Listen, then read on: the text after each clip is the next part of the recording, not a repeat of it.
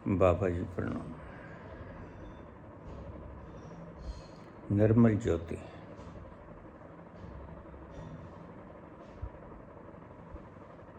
बाबा जी, मैं आपके पास कुछ वर्ष पहले आया था।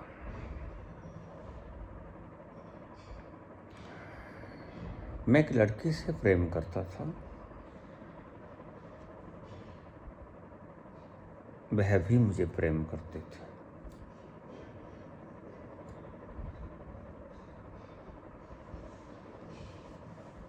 उससे पहले मैं आपके पास एक बार आया था।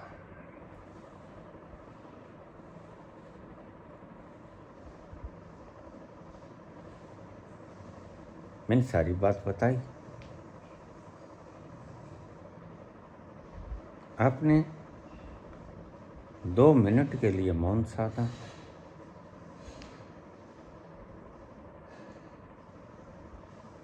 और फिर आप बोले कि ठीक है, आपकी बॉन्डिंग अच्छी रहेगी।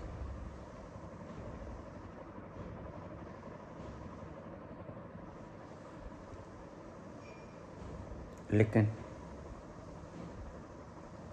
ध्यान रखना, इस लड़की से आपको 3 बच्चियां प्राप्त होंगी, बेटा नहीं होगा।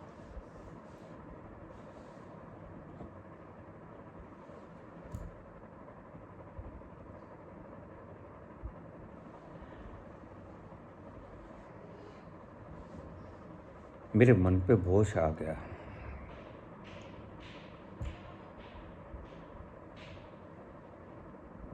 लेकिन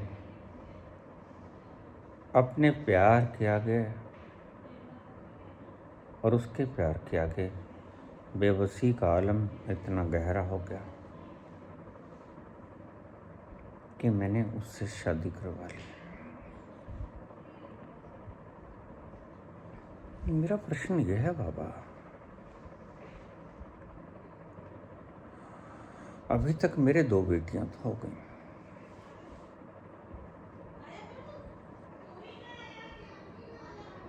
क्या तीसरी बेटी होगी ही होगी?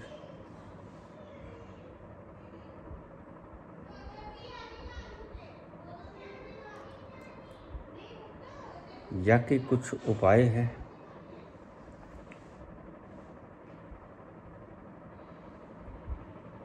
मैं बहुत दुविधा में हूँ, कृपया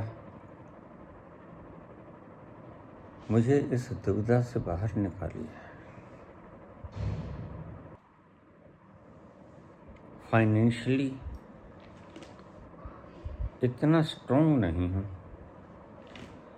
यद्यपि कमाता खाता हूँ। गुजर बसर हो रहा है किसी तरह।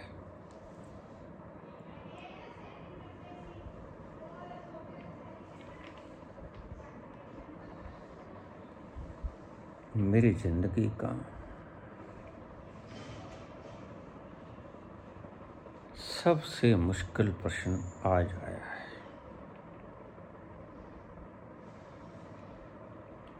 इससे मुश्किल प्रश्न कभी नहीं आया।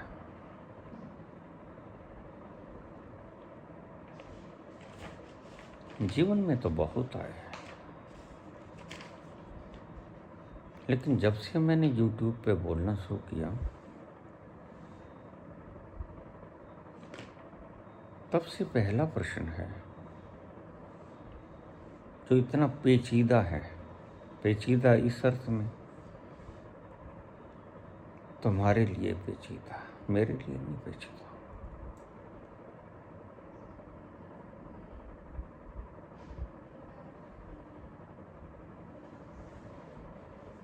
तुमने पूछा निर्मल, मुझे क्या करना चाहिए? मार्गदर्शन कीजिए।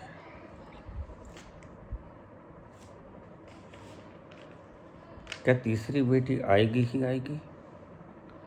घरेलू हालात ऐसे नहीं हैं।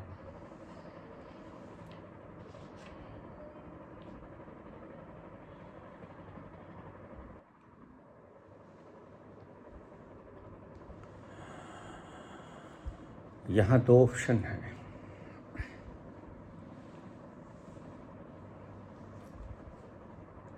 दो रास्ते जाते हैं।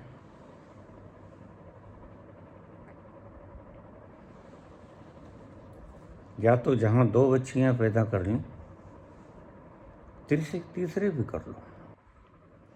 जहाँ दो बच्चियाँ पैदा कर लीं, तीसरी भी कर लो। नहीं, सूक्ष्म बालो, तुम ऐसे प्रश्न मत किया करो। कहते हैं शायद तीसरा लड़का हो जाए, होगी तो लड़की।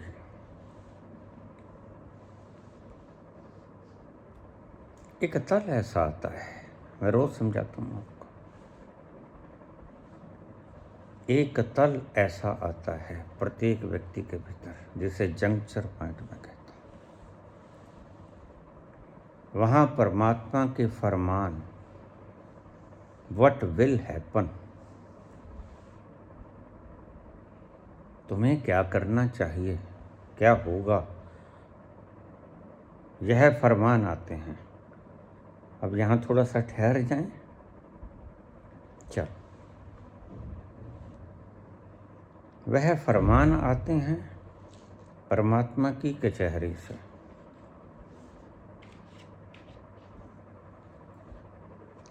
अब तक आपने जो कर्म कर दिए, इस वीडियो को एक एक शब्द हृदय में उतार लेना और पूरी सुनना, बेहतर है।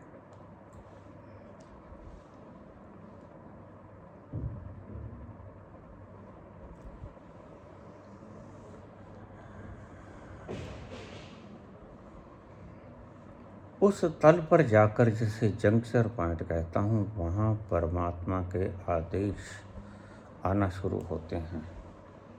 और ये आदेश आते कैसे हैं वो भी आपको बता दूँ। गहरी बातें हैं। जो आपने बीज बो दिया,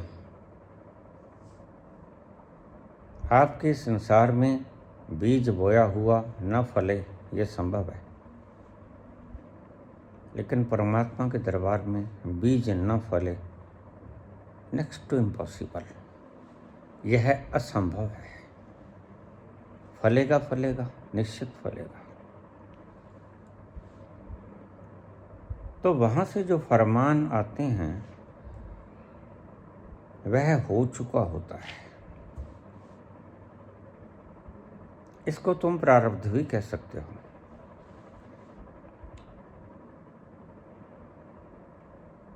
बाबा नानक कहते हैं, जिस ए लिखे तिस सर ना, जिव फरमाए तिब तिब पा। जो लिख रहा है उसकी समझ नहीं है ये उसकी स्फुरना से जो आया, वह मैं लिख रहा हूँ। तो वह स्फुरना देता है। तुम्हारे ही कर्मों का प्रतिफलन आंक के ऐसा होगा और वह होगा। वे तो एक पहलू आ गया। बड़ा मुश्किल सवाल है, मैं पहले ही कहा। थोड़ा सा गहराई से, आराम से, आनंददायी क्षणों में, कोलाहल से दूर, बहुत दूर निकल जाना, शांत माहौल में इसे सुनना।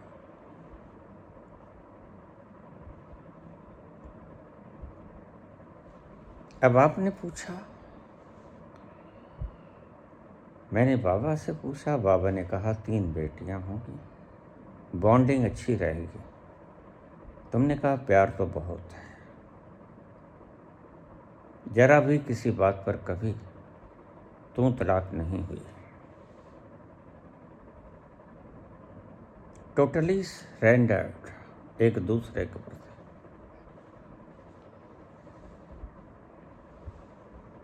लेकिन 3 बेटियां होंगी,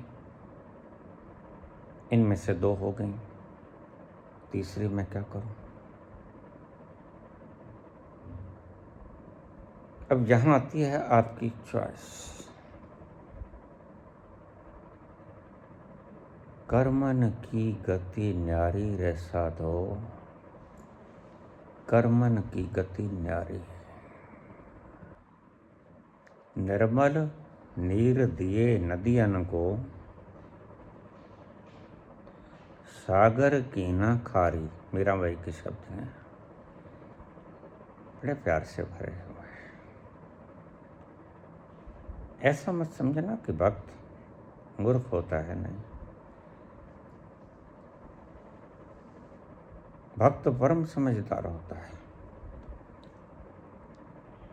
मूर्ख होता तो समर्पण न करता।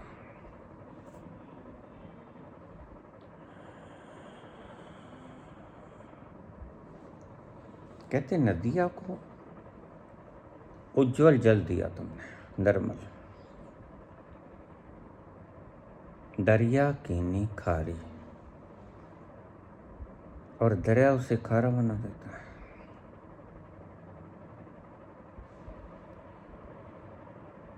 उज्जवल वर्ण दियो बगुला को,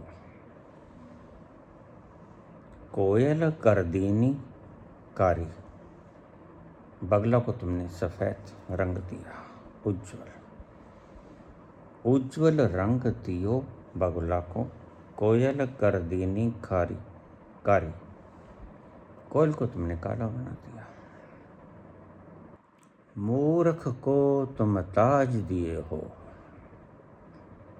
पंडित फिरो भिखारी। मूर्ख को तुम ताज दियत हो, पंडित भयो भिखारी। सुंदर नयन दिए मृगण को, मृग को तुमने बड़े सुंदर नयने दिए।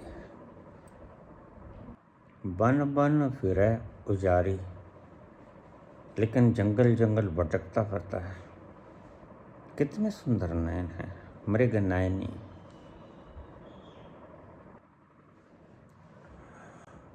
सूर शाम मिलने की आशा, छिन छिन पड़ती भारी।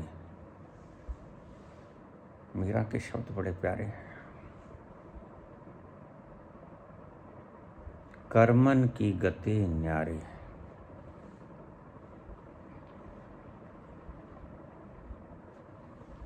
कितने सुंदर नयन हैं मृग के। धक्के खा रहा है जंगलों में। कोयल कितनी प्यारी आवाज देती है। कागा कासों लेत है, कोयल काको दे। मीठा वचन सुनाई कर, जग अपना कर ले। कोयल को तुमने काली कर दिया। इतनी मधुर ध्वनि उसकी, कुहू कुहू।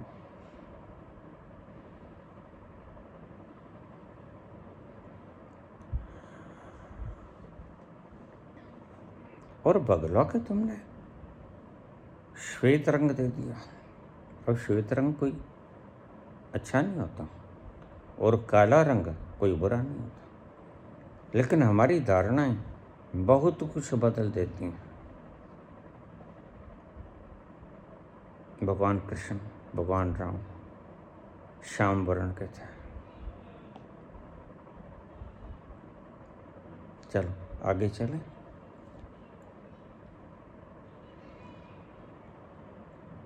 बड़े शिशुपन में तुम भी हो, लेकिन मैं नहीं हूं। अब यहाँ दो ऑप्शन है आपके पास। पहला ऑप्शन है कि जहां दो पैदा कर लें, तीसरी भी देखा जाए। बात तो ठीक है मनीष की। मनीष कहता शायद हंसने की आदत है इसके, ये बोलता ही रहता है, इसलिए तो मुक्त नहीं हुआ अभी तक। खी पहले ही करना शुरू कर देता है। शायद लड़का हो जाए, यह नहीं होगा। नेक्स्ट टू इम्पॉसिबल, क्योंकि उस तल पर जाकर जो वह बोल देता है वह हो चुका होता है। समझाई बात? और जो हो चुका होता है वह टाला नहीं जा सकता। इसलिए बहुत सी जिंदगी में ऐसी बातें होती हैं जो प्री डेटरमेंट है, प्री डेस्टाइंड है। लेकिन दार्शनिक लोग कहेंगे हमें तो एक बात बता दो भी, यहाँ सृष्टि में विरोधाभास है, तुम्हें एक बात कैसे बता दूं?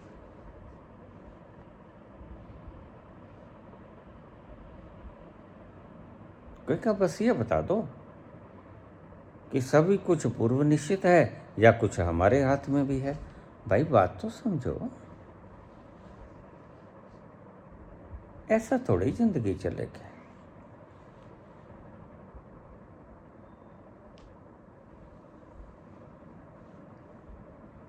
तुम्हें रेलवे लाइन को पार करना है। उदाहरण दे रहा हूं, ध्यान से समझना। चित्र बना रहा हूं, समझने की चेष्टा करना, समझ जाओगे। हमारे यहाँ गिदड़बाहा में परले पार गिदड़बाहा गांव है, बस बीच में रेलवे लाइंस हैं सिर्फ।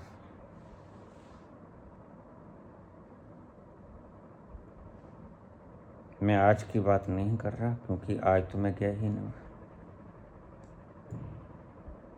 शायद ढांचा बदल गया हो। तो आपने परले पार जाना है गिदड़बाहा गांव में, जहां गुरदास मान का घर है, पुराना घर।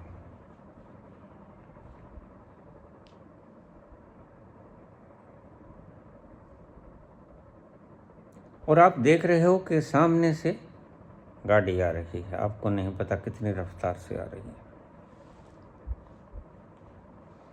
वहां आपके पास क्या ऑप्शन है? दो ऑप्शन है। तुम सदा जल्दबाजी में रहते हो। गाड़ी आ रही है, तुम्हें पता नहीं किस रफ्तार से आ रही है। या तो क्रॉस कर जाओ,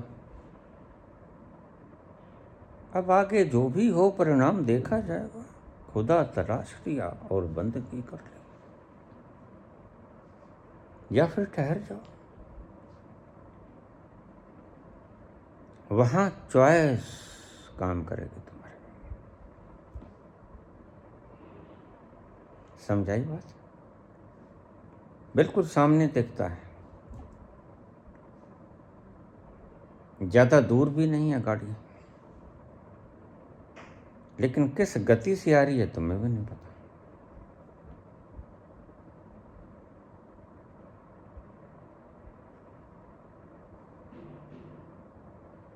वहां तुम्हारी चॉइस काम आएगी। कहीं तुमने गलती खा ली, लाइंस को पार करते हुए तुम्हारा पेंट का पहुंचा फंस गया, तो क्या होगा? राम नाम सत्य है।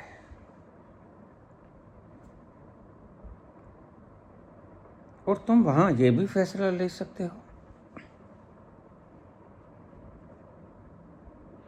कि मैं शांति रखूं, धीरज रखूं, गाड़ी को गुजर जाने दूं। जब गाड़ी गुजर जाएगी तो लाइंस को फिर मैं क्रॉस कर लूंगा। ये दो ऑप्शन हैं।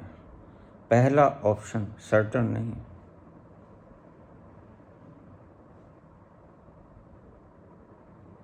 उस ऑप्शन में दो परिणाम हैं, आप कट भी सकते हो, आप बच भी सकते हो। लेकिन दूसरे ऑप्शन में आप कट नहीं सकते, पक्का। मैंने हजारों बार रेलवे लाइंस क्रॉस की हैं, लेकिन परमात्मा ने आंखें क्यों दी हैं? आंखें भी तो दी हैं। वहां तुम्हें डिसिसिव होना पड़ेगा, निर्णय लेना पड़ेगा, क्या किया जाए। और यह तो मैंने साधारण सी आपको उदाहरण दे दी, ये तो बड़े मजे से आपको ठहर जाती हो आप, पता ही आपको।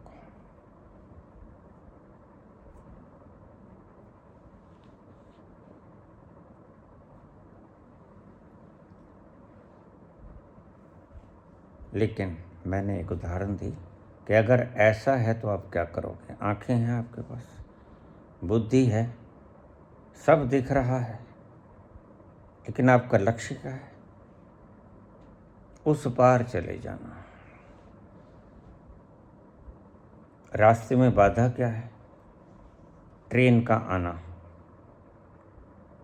ज़्यादा बेटर क्या होगा? रुक के देख लिया जाए, 2 मिनट में गाड़ी गुजर जाएगी, बिल्कुल करीब ही तो है, गोदाम के पास है, गोदाम बिल्कुल करीब है, रेलवे गोडाउन।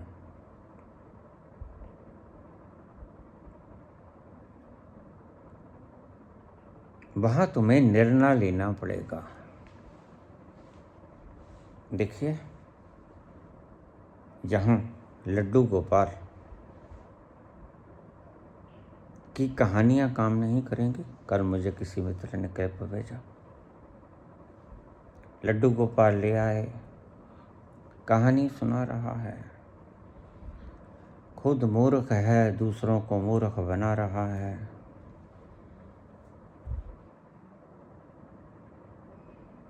जो हृदय में खुद ने उतारा नहीं, दूसरों को रोकर समझा रहा है।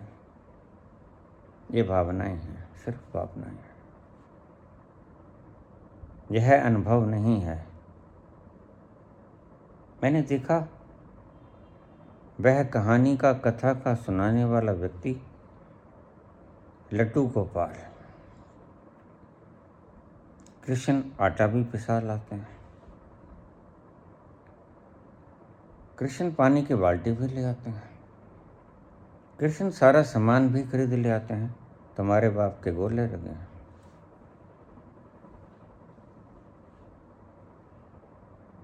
मीरा यही कह रही है,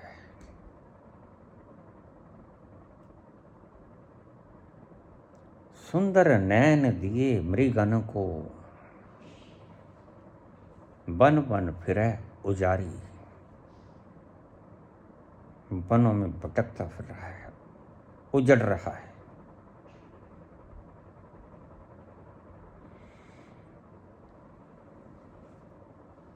तो ऐसे लड्डू गोपाल की कहानियां कह के, ऐसा नहीं कि ये इसी मुल्क में चलता है,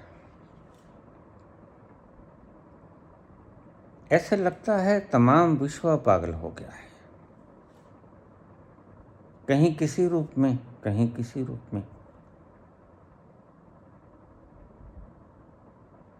लेकिन एक तल ऐसा जो समझदारी से भरा पड़ा है, और मैं रोज उस तल का विवरण देता हूं आपको।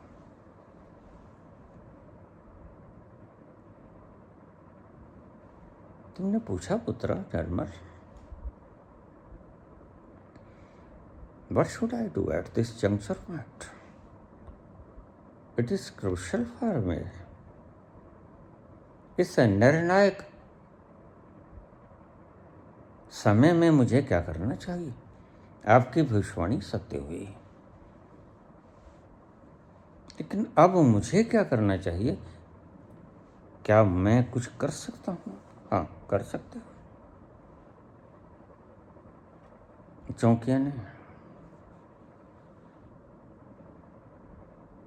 एक काम मत करना,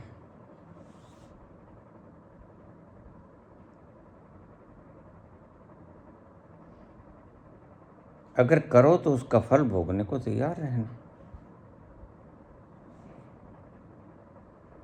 ऐसा ना हो कि गर्भ में बच्चा ठहर जाए और तुम उसको गिरा दो, ये पाप मत करना। फिर उस रूह को बड़ी देरी कर दोगे आप जन्म लेने में।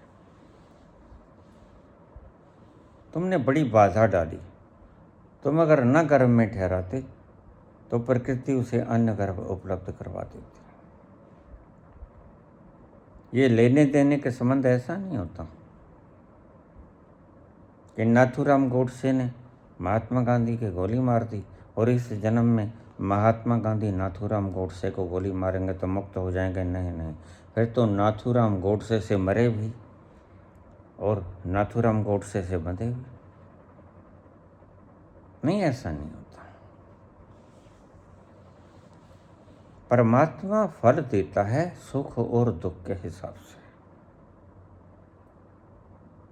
जैसे तुम करेंसी में लेन देन करते हो,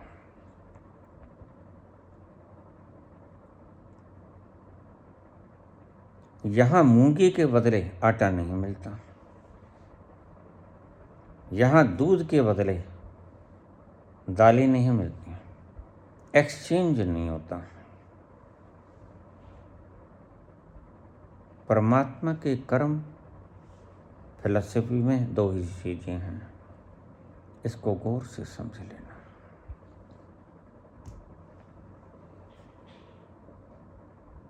अगर तो परीक्षा लेनी हो कि बाबा ने जो कहा ठीक है या गलत है, तो तुम्हें तीसरा बच्चा पैदा करना चाहिए।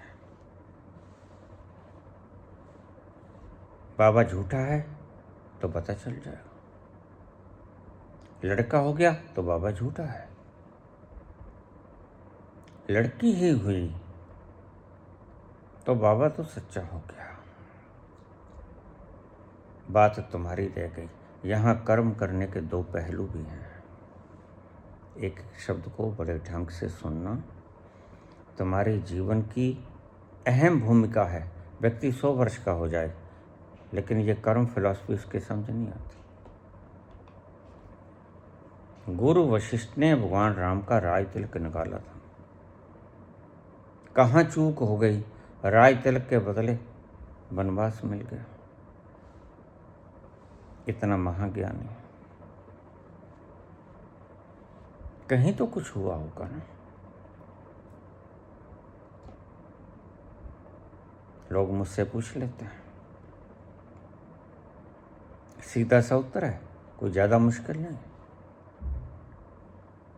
वशिष्ठ ने राज तिलक का वक्त उस तत्व से नहीं पूछा जिसको मैं जंक्चर पॉइंट परमात्मा कहता हूँ, जहाँ परमात्मा के आदेश आते हैं। खुद अपनी बुद्धि से सोच के फैसला ले लिया होगा, गणित बैठाया होगा, एस्ट्रोलॉजिकल ग्रह नक्षत्र तारे देखे होंगे, उनके अंश वक्री मार्गी सब देखा होगा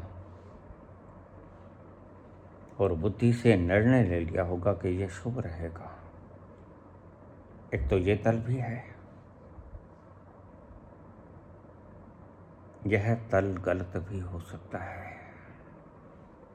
कैलकुलेशंस कैन बी रॉन्ग। एक दूसरा तल है जो गलत नहीं होता, कभी गलत नहीं होता।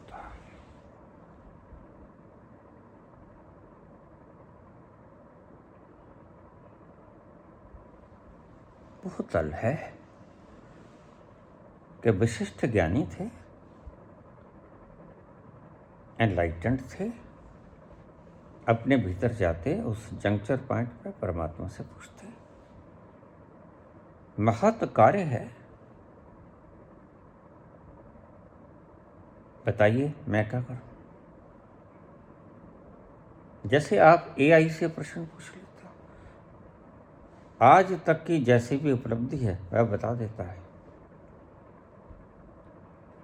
लेकिन परमात्मा एआई नहीं है, परमात्मा इंटेलिजेंस है। मैंने पहले भी बोला, आर्टिफिशियल इंटेलिजेंस नहीं है, परमात्मा पूर्ण इंटेलिजेंस है।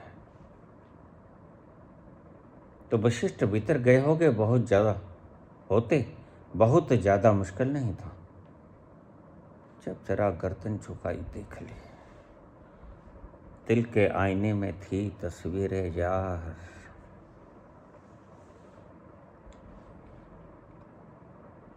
इस प्रश्न को लेके भीतर चले जाते और जवाब लेके बाहर आ जाते। इतनी सी तो बात थी।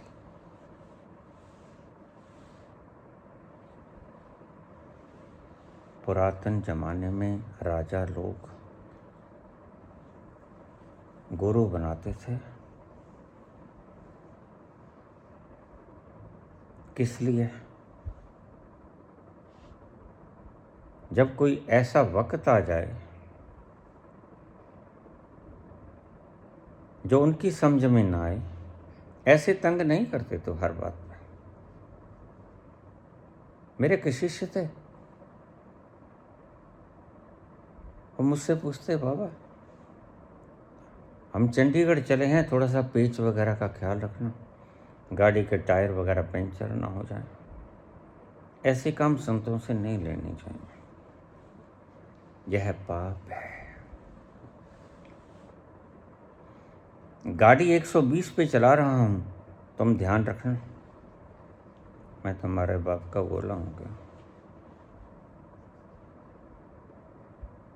तुम परमात्मा से बिल्कुल ऐसे काम लेते हो।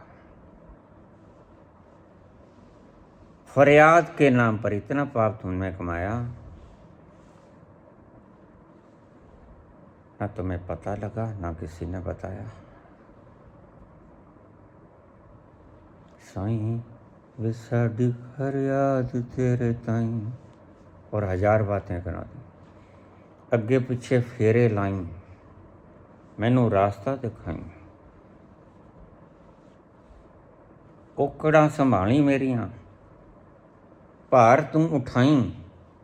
ये कुली है कि भाई? तुम परमात्मा से ऐसे ऐसे काम लेते हो, ऐसे ऐसे काम भी वो दे देता है निश्चित। ये तो एआई से भी तुम सवाल पूछोगे तो बता देगा, लेकिन इंटेलिजेंस से ऐसे नहीं सवाल पूछने चाहिए। परमात्मा से बिल्कुल क्रिटिकल जंक्चर के ऊपर, क्रूशल पॉइंट के ऊपर आकर पूछना चाहिए। तो कोई मुश्किल नहीं था, वशिष्ठ के लिए अपने भीतर जाते। ये प्रश्न को लेकर ये आपको थोड़ा सा विधान बता दूं, शायद कोई आगे बता पाए ना बता पाए। वो राजा जाता संत के पास, प्रभु ये आपदा पड़ गई, अब क्या करें? अब उसकी बुद्धि जवाब देगी, राजा है, जनता में सर्वश्रेष्ठ है, लेकिन वो भी थक गया। अब किसके पास जाए? अब उसके पास जाए जो सर्वज्ञ है, जो सर्वज्ञ के पास जाता है।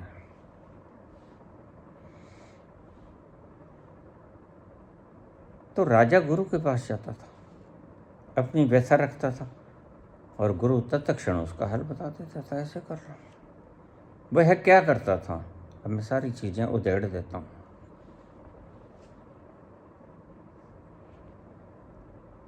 वह उस पॉइंट पे जाता अपने अंतर, ध्यान में गहरे जाकर वह पॉइंट एक दिन आ जाएगा। मैं कितनी बार आपको बोला और बोलता रहूंगा, जहां परमात्मा के आदेश आते हैं, बस तुम सिर्फ ठहर जाओ।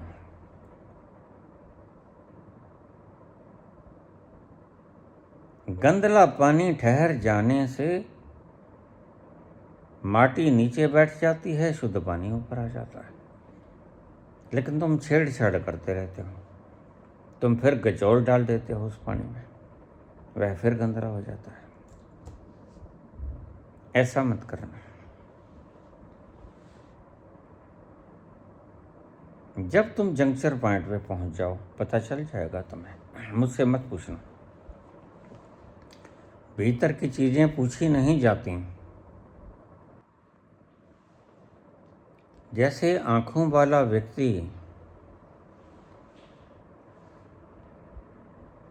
जब अंधेरे में जाएगा तो पूछना नहीं पड़ेगा क्या ये अंधेरा है, और जब रोशनाई में जाएगा तो कहना नहीं पड़ेगा, पूछना नहीं पड़ेगा कि क्या यह रोशनाई है। नहीं, वह जानता है, बस आंखें होना पर्याप्त है। तो वशिष्ठ ने को क्या करना चाहिए था? वशिष्ठ उस प्रश्न को भीतर लेके जाते बड़ा सहज था।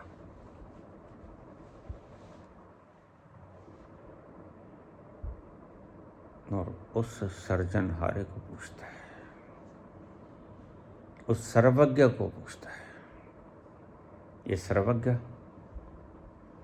शब्द मैंने नहीं दिया, सर्वव्यापक और सर्वशक्तिमान शब्द मैंने नहीं दिया, आदि काल से सनातन में हमारे ऋषियों ने दिया।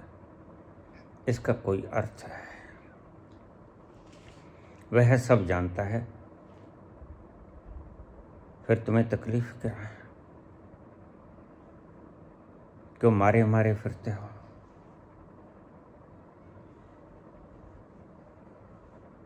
क्यों छटपटा रहे हो? सारी दुनिया दुखी है, कारण मार्गदर्शन का अभाव। इन लोगों के प्रभाव में तुम आ गए हो, जो तुम्हारी अस्तित्व से खिलाड़ करते हैं, तुम्हारी इज्जत से खिलवाड़ करते हैं। गुफाएं बनाई जाती हैं और फिर भी तुम्हें पता नहीं चलता कि ये जाली है। जिस व्यक्ति को परम आनंद का रस नहीं आया, वह संभोग का रस लेगा, और वो भी बलात्कार के जरिए या फुसलाकर या सब्ज बाक दिखलाकर। सीधा सा लक्षण भगवान कृष्ण ने बताया। पहुंचने के बाद जो चाहे करते जाओ, पहुंचने से पहले कुछ नियम तुम्हें रखने होंगे। जैसे देखो, छोटे क्लास के बच्चे एक ड्रेस में होते हैं, नियम में आबद्ध, लेकिन जब तुम बड़े क्लासेस में पहुंच जाते हो तो तुम कोई भी पहरावा पहन सकते हो। छोटे कपड़े पहनो, बड़े कपड़े पहनो, किसी रंग के पहनो, कोई वर्दी जरूरी नहीं है।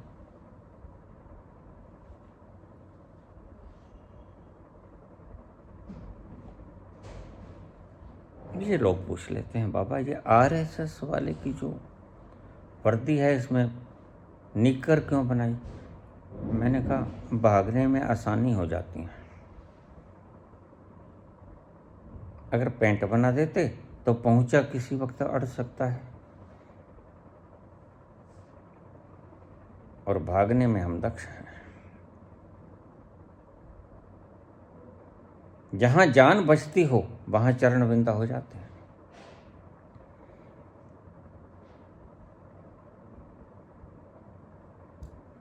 हम खतरा उठाने की जोखिम लेते हैं।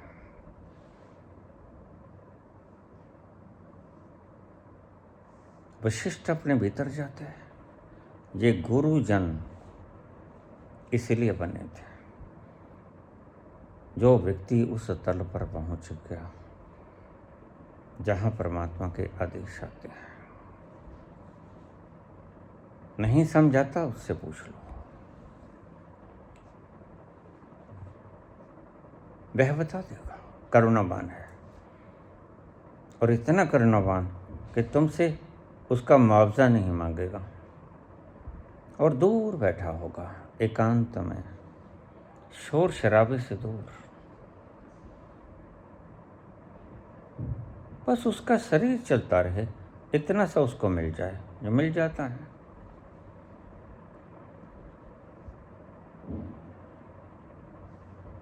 पूछा, बेटा अब मैं क्या करूं? क्या मुझे तीसरा बच्चा जन्माना चाहिए? अब यहां आकर तुम चॉइस कर सकते हो। देखिए, चॉइस तो तुम पहली दफा भी कर सकते थे। ये तुम्हारे हाथों में थी जब तुम मेरे पास आए।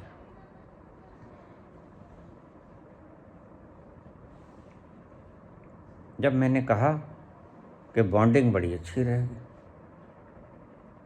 लेकिन पुत्र 3 बेटियां हो गई, और बेटियों का बोझा भारी होता है। बेटियों की निगाह गिद्ध की तरह रखनी होती है, और बड़ा मुश्किल काम है। आज के ज़माने में जहाँ गुफाओं वाले बाबा बैठे हैं, शैतानों से तो बचा लोगे, बाबाओं से कैसे बचाओगे?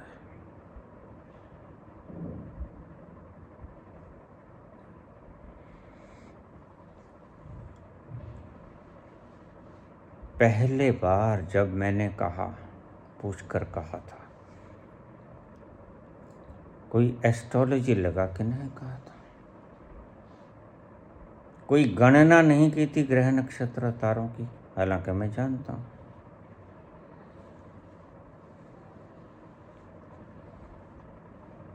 लेकिन मेरे पास बेटर ऑप्शन है, क्यों ना मैं उस बेस्ट ऑप्शन का इस्तेमाल करूं।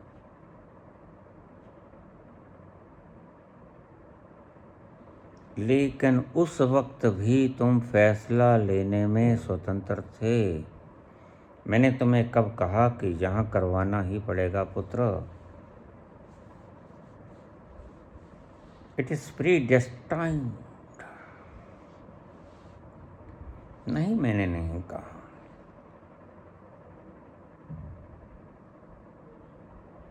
आज भी तुम फैसला अब भी ले सकते हो। अब तीसरा बच्चा है, वही गाड़ी वाली बात होगी तो लड़की ही कन्फर्म, क्योंकि उस तल से जो पैगाम आया वह झूठा तो होता नहीं।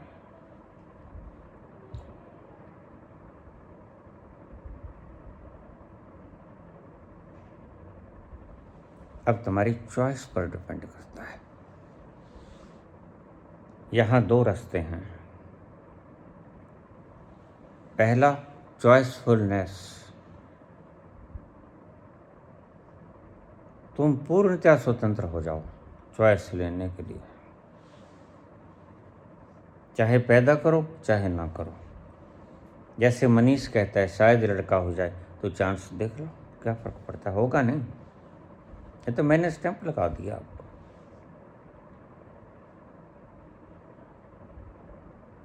और चाहे तो आप रोक दो,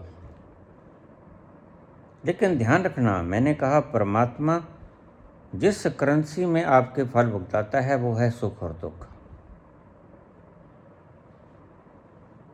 अब महात्मा गांधी परम अहिंसक व्यक्ति, उसको तो कोई मारने आ जाए वो कहेगा भाई तुम क्यों मरते हो, लो मुझे ही दे दो दरबार पर। अरे जवानी भरी तेरी उम्र, तू क्यों मरता है? ले मैं खुद ही मर जाता हूँ। मैंने खा पी लिया, भोग लिया, और जीने की तमन्ना भी तो नहीं है।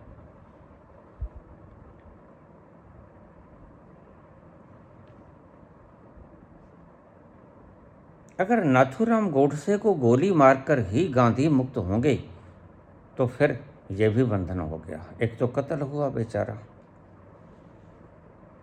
सीने में गोलियां झेली, और फिर परमात्मा का ये नियम उसको बड़ा भारी पड़ेगा, वह तो मुक्त भी ना हो सकेगा। नहीं, इट डिपेंड्स अपॉन यू।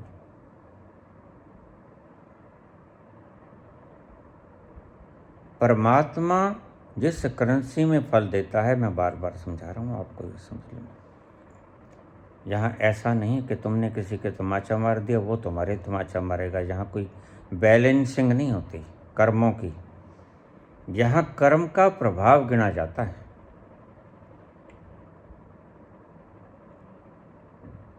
कितना सुख कितना दुख, ये है उसकी करेंसी जो भुगतान करती है आपको। तुम सदा स्वतंत्र हो। परमात्मा ने तुम्हें कभी भी पराधीन नहीं किया, हालांकि सब कुछ परमात्मा ने बनाया, लेकिन परमात्मा ने तुम्हें स्वतंत्रता दी, जो चाहे करो। ज़्यादा समझदार है। इतनी विराट संरचना को देखकर तुम हिल जाओगे। तुमने उसे खुली आंखों से कभी निहारा ही नहीं। अब बड़ा विराट है।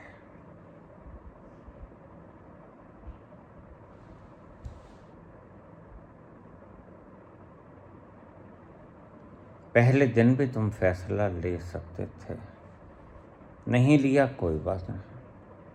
तुम अपने मन के अधीन थे, वह लड़की भी अपने मन के अधीन थी, बॉन्डिंग अच्छी थी, जिंदगी अब तक अच्छी गुजर गई और अच्छी ही गुजरेगी।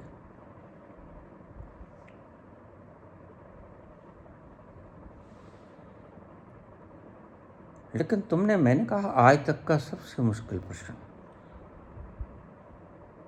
जिस प्रश्न से मुझे सब परतें खोलनी पड़ेंगी कर्म की,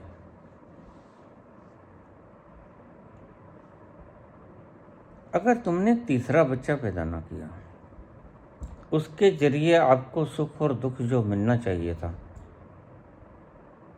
वो परमात्मा आपके अकाउंट में लिख देगा, उसको कहीं और जन्म दे देगा। क्योंकि एक ही व्यक्ति के साथ संबंध नहीं होते, बहुत सी रूहों से, बहुत सी देही से हमारे संबंध होते हैं, कहीं और आपको जन्म दे देगा। उसका घर असीम है। तीसरा बच्चा तुम चाहो पैदा करो ना करो,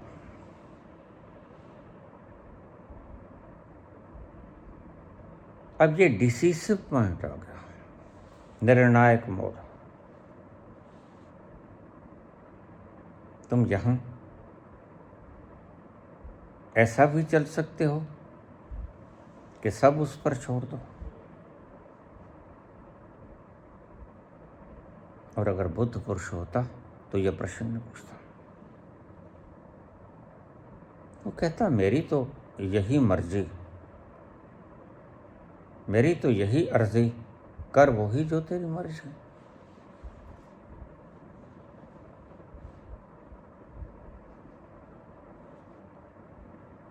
तुमने सवाल पूछ लिया तो मैं कर्मों की परतें उगाड़ने में लग गया।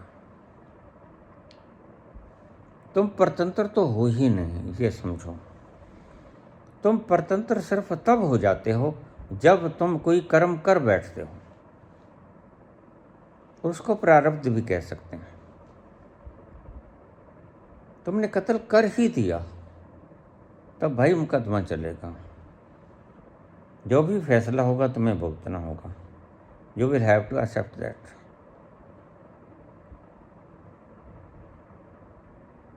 यह जो प्रारब्ध का मतलब, तुमने कत्ल कर दिया है, बस उसका फल मिलेगा अब तुम्हें। इसी को प्रारब्ध कहा संतों ने। लेकिन इसका मतलब ये नहीं कि तुम आगे से भी वही काम करने का प्रतिबद्ध हो और कत्ल करो, इसका मतलब ये नहीं। आगे से तुम शिष्ट भी हो सकते हो, साधु भी हो सकते हो, फिर तुम्हें साधुता का स्वाद मिलेगा।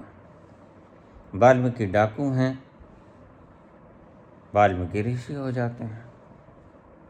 डाकू थे तो डाकू होने का दुख होगा, पीड़ा होगी।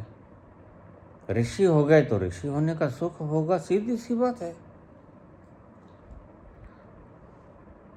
You can change yourself at any point. तुम अपने आप को किसी भी पॉइंट पर बदल सकते हो, कोई बाधा नहीं। कर्म का प्रतिकर्म नहीं होता परमात्मा की सृष्टि में। अब ये नया सिद्धांत देख लो। कर्म का फल आता है उसकी करेंसी में। तुमने किसी को दुख दिया, किसी का मन दुखाया, यह कर्म हो गया। इसका मतलब नहीं वह तुम्हारा मन दुखाएगा, समझ लेना बात को। एक न्यायिक व्यवस्था जो परमात्मा ने बनाई, वो तुमने जितना दुख दिया औरों को, वह तुम्हें वापस दे देगा। तुम्हारा बीजा हुआ तुम्हारे ऊपर गिरेगा, तुम्हें काटना पड़ेगा। जिसके साथ तुमने अन्याय किया उसका कोई संबंध नहीं रहा। तुमने कर्म कर दिया, खत्म। उसने कर्म सह लिया, खत्म। अब कोई मसला बाकी ना रहा। अब मसला किसका बाकी रहा? न्यायाधीश का। न्यायाधीश कौन? अब प्रकृति। प्रकृति के नियम न्यायाधीश हैं।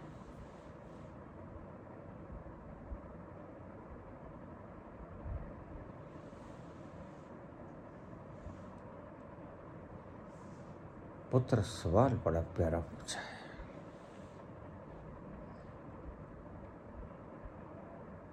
अब यहां तुम्हारी डिसीजन की क्षमता काम करेगी। तुम किस तल पर जाकर डिसीजन लेते हो? वेदर यू एक्सेप्ट कि ठीक है होने दो, इसे ही समर्पण कहते हैं। या तुम कहोगे नहीं, तीसरी लड़की होगी मुझे पता है, तो तुम रुक जाओगे। फिर क्या होगा? फिर उस जीव ने, जिसने आके तुम्हें सुख देना था या दुख देना था, वो तुम्हें प्रकृति देगी, क्योंकि दंड या पुरस्कार व्यक्ति नहीं देता, प्रकृति देती है किसी व्यक्ति के द्वारा। आज इस सिद्धांत को मैं काट रहा हूं। Every action there is an equal and opposite reaction. लेकिन कर्म प्रतिकर्म के रूप में वापस नहीं आता।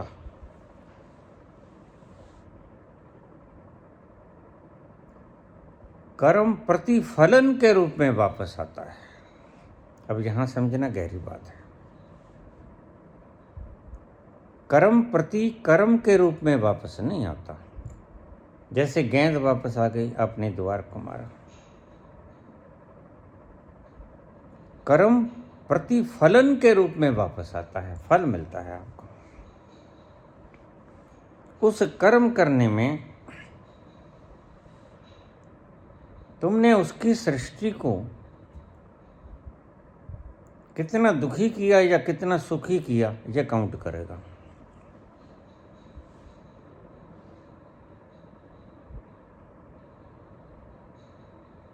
यही विधान है।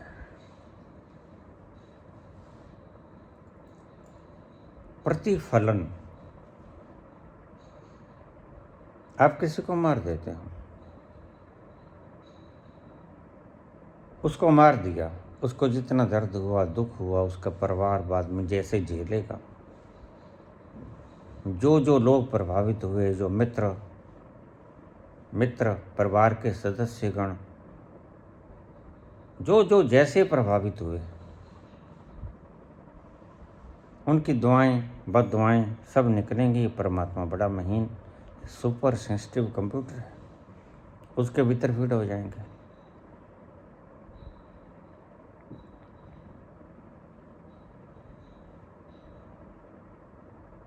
वह देगा फल। और फल कैसा देगा आपको बताया? करेंसी के हिसाब से। उसके पास दो ही करेंसी, या सुख या दुख। ये मैं कर्म की बात कर रहा हूं। तीसरी बात अलग है, कर्मों से पार हो जाना। उसका फल सुख और दुख में नहीं आता, उसका फल आता है आनंद में। इसलिए मैं तुम्हें कहता हूं, सुख और आनंद में बड़ा फर्क है, तुम समझते नहीं।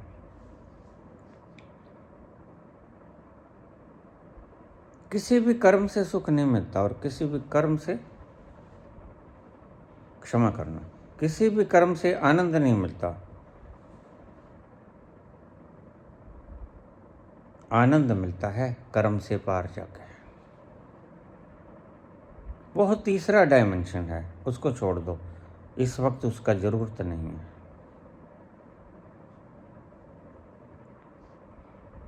तुमने जो पूछा उसको मैं संक्षेप रूप से फिर कहता हूँ।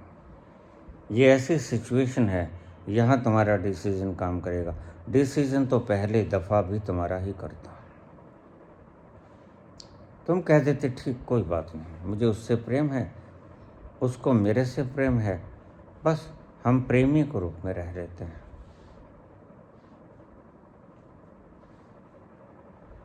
किसी और के साथ शादी कर लेता हूँ। तुम्हारी चॉइस पर निर्भर करता था उस वक्त भी, आज भी तुम्हारी चॉइस पर निर्भर करता है, हर वक्त तुम्हारी चॉइस पे निर्भर करता है, बशर्ते कि वो तुम्हारे प्रारब्ध के कर्म ना बन गए हों। जब कोई चीज प्रारब्ध की तरह प्रतिफलन में आती है तो फिर तुम उसे नहीं रोक सकते। कोई पूजा, कोई प्रतिष्ठा, कोई दान, कुछ भी नहीं रोक पाएगा, वो होके हटेगा।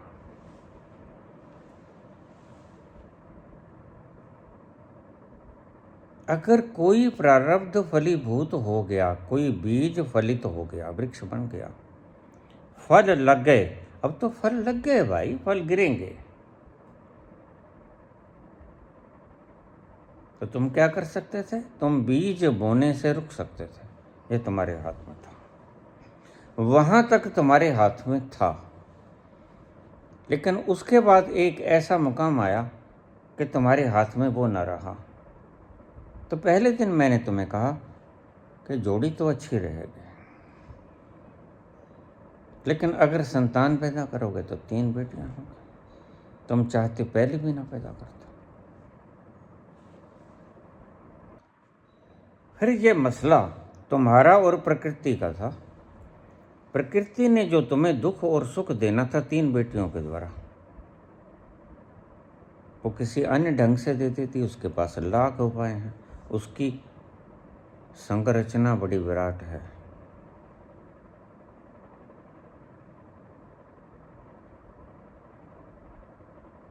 तुम सिर्फ प्रेमिका के साथ रह सकते थे, लिव इन में, बच्चा ना पैदा करता, कोई नहीं रोकता था। देखिए, हर जगह तुम स्वतंत्र हो। मुझसे लोग पूछ लेते हैं, क्या हम पराधीन हैं बाबा? फिर जीने का मतलब क्या है? नहीं नहीं, तुम कभी पराधीन नहीं हो, तुम सदा स्वाधीन हो, भुगतने के लिए भी, करने के लिए भी। मेरी दृष्टि से तुम्हें तुम्हारे प्रश्न का जवाब मिल गया हो गया। मैं तुम्हें अलग से भी समझा सकता था। निर्मल वृहद बात थी।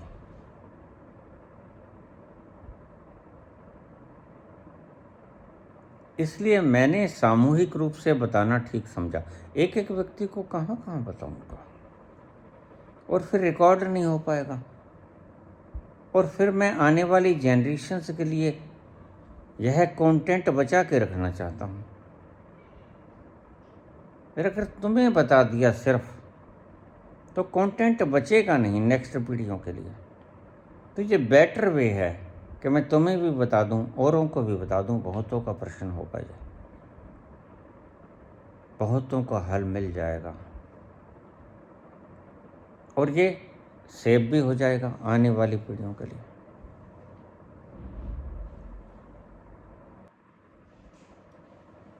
सुनिए, वहाँ से जो हुक्म आता है वो इस तरह आता है कि जोड़ी अच्छी रहेगी, 3 बेटियां होगी अगर तुम पैदा करोगे तो, अगर नहीं पैदा करोगे तो फिर कहाँ से होंगे? लेकिन उन बेटियों ने तुम्हारे पास आके जो सुख और दुख तुम्हें देना है, वो तुम्हें प्रकृति दे देगी अपने से, उसको तुम नहीं टाल सकते। इसलिए कर्मन की गति न्यारी रे साधु, इसको समझ नहीं सकता। तुम समझने की चेष्टा करते हो, लेकिन करीब करीब समझ में आती भी है बात। इतना तो समझ में आता है कि गाड़ी के आते हुए मैं रेलवे लाइन क्रॉस न करूं। स्थूल चीजें तुम्हारी समझ में आ जाती हैं। पुत्र, तुमने पूछ लिया, निर्णय सदा ही, तुम सदा ही स्वतंत्र हो। कौन तुम्हें कहता है पराधीन हो तुम? मुझसे लोग कह देते हैं, बाबा मुक्त होना है। मैंने कहा, बंधे कहाँ हो बताओ, मुझे वो बंधन दिखाओ, वो जंजीरें दिखाओ वो रस्सी दिखाओ जिससे तुम बंधे हुए हो, किसने बांधा है तुमको? नहीं दिखा पाते मुझे, होता ही नहीं।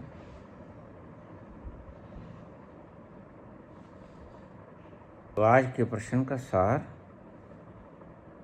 तुम कभी भी परतंत्र नहीं हो। परमात्मा की सृष्टि में तो सदा स्वतंत्र हो। जो चाहे कर सकते हो, और उसका परिणाम जब आए तो जिस ढंग से आए, वो तुम चाहो तो बिल्कुल वैसे ढंग से न भुगतो, कोई ज़रूरी नहीं। क्योंकि परमात्मा ने जिस तरह से आपको दंड देना या पारितोषिक इनाम देना, उसकी करेंसी अलग है, वो सुख और दुख है। नहीं शादी कराओगे वो टांगड़ी तोड़ देगा।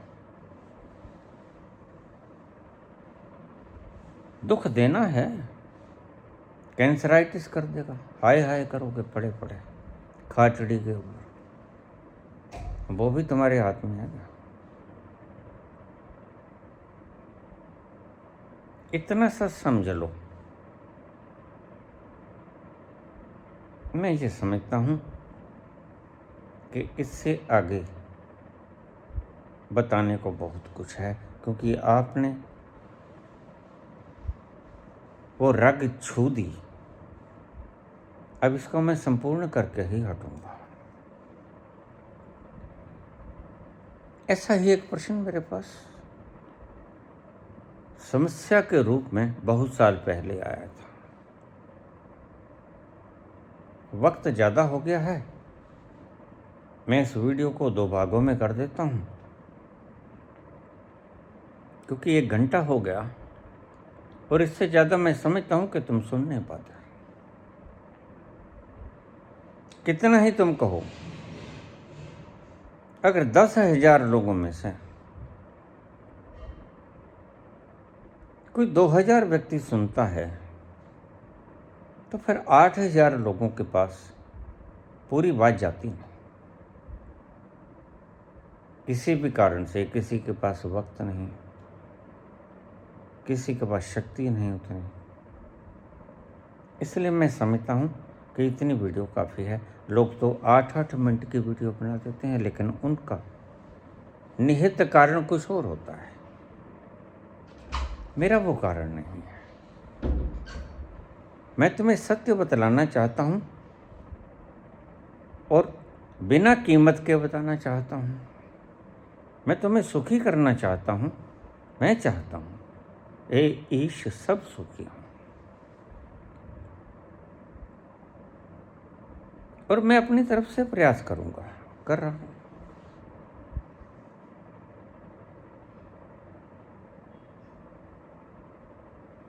दूसरी बात मैं अगली वीडियो में बोलूँगा, बड़ी प्यारी है वो बात, बिल्कुल इससे मिलती जुलती है।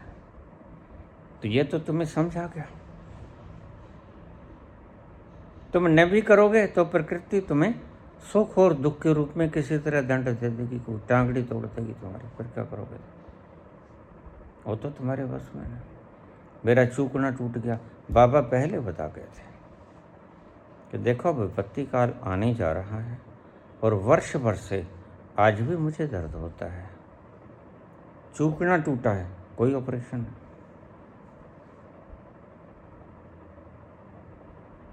बिना ऑपरेशन का ठीक हो गया। बाबा से पूछा, कहते कोई ज़रूरत नहीं। डॉक्टर से पूछा, कहते कोई ज़रूरत नहीं। तो तुम स्वतंत्र हो। कभी भी मत सोचना कि हम परतंत्र हैं या स्वतंत्र नहीं। तुम स्वतंत्र हो। पहली तो बात निचोड़ के रूप में ये समझ लेना, कर्म करने में तुम स्वतंत्र हो, और जो बीज तुमने बो दिया और उसके फल लग गए, पेड़ हो गया, फल लग गए और फल पक गए, गिरने को हो, फिर तुम कुछ नहीं कर सकते।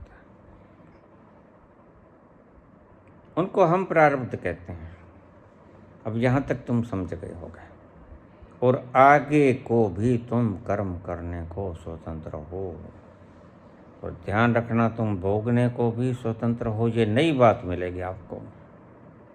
अब इस पॉइंट पे आकर जो फिलोसफिकल लोग हैं और चौंक जाते हैं, बाबा फल भुगतने को हम कैसे स्वतंत्र हैं? बिल्कुल स्वतंत्र, क्योंकि फल वो देता है करेंसी के रूप में, सुख और दुख। सुख तुमने या दुख तुमने बेटियां पैदा करके लेना है, या फिर उससे कह दो अपने अपने ढंग से जो भी है सुख दुख दे दे, वह आपको सुख दुख देगा।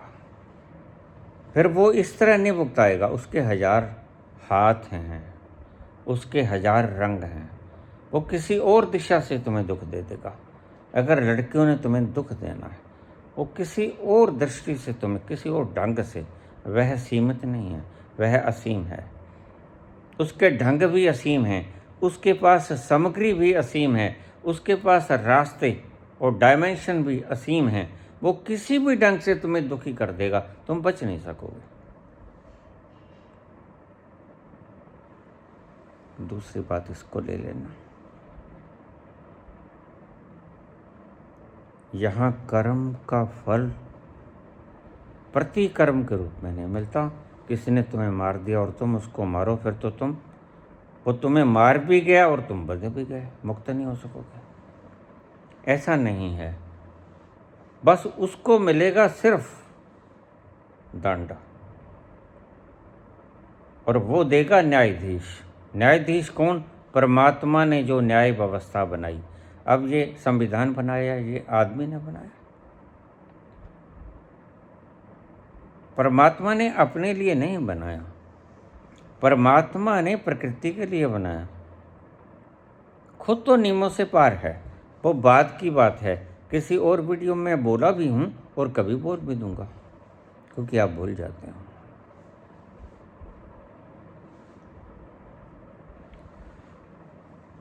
तो सुख और दुख के हिसाब से वो आपको फल दे देगा।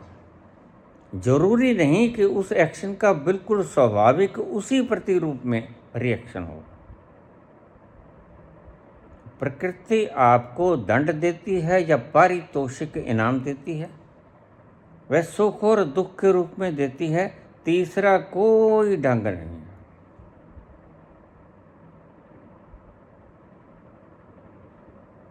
इस व्यवस्था को समझ लेना। Every action there is an equal and opposite reaction, लेकिन रिएक्शन के रूप में नहीं, सुख और दुख के रूप में आपको रिएक्शन का प्रतिफलन मिलता है। बहुत गहरी बात है, समझ में आ जाए तो जिंदगी सुधर जाएगी। अब तुम फैसला लेने को स्वतंत्र हो। उस दिन भी तुम फैसला लेने को स्वतंत्र थे, ना लेते, लेकिन ये बात नहीं तुम समझ सकते। ये थोड़ी सी गहरी बात है। अगर तुम सिर्फ शादी करवा लेते, कोई बच्चा न पैदा करता, तो परमात्मा का एक हाथ तो है नहीं। वही कि किसी ने किसी को मार दिया, फिर वो उसको गोली मारे। उसके पास एक ही है फल देने को, क्या? करेंसी। आपने दुख दिया, दुख मिलेगा। आपने सुख दिया, सुख मिलेगा। बस इस बात को नोट कर लेना।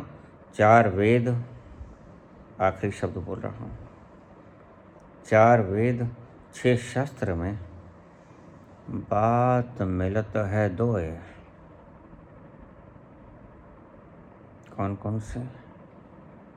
सुख दीने सुख होता है, दुख दीने दुख हुए। बस ये उसकी करेंसी है। इसको प्रतिक्रम कह लो, रिएक्शन कह लो, प्रतिफलन कह दे दो। सही शब्द प्रतिफलन है। चारों वेदों को पढ़ लो, 6 शास्त्रों को पढ़ लो। अब तो 7वां शास्त्र भी आ गया, बाबा का शास्त्र।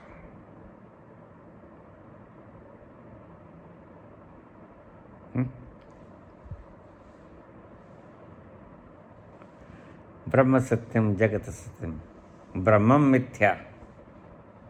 ये नया क्लेश बीज दिया। अब ये आज नया क्लेश बीज चला। कि कर्म का फल मिलता है प्रतिकर्म के रूप में नहीं, प्रतिफलन के रूप में। राधे राधे श्याम मिला दे, राधे राधे श्याम मिला दे, गोविंदा गोपाल हरे, राधे राधे श्याम मिला दे, गोविंदा गोपाल हरे, मेरी नैया पार लगा दे, मेरी नैया पार लगा दे, गोविंदा गोपाल हरे,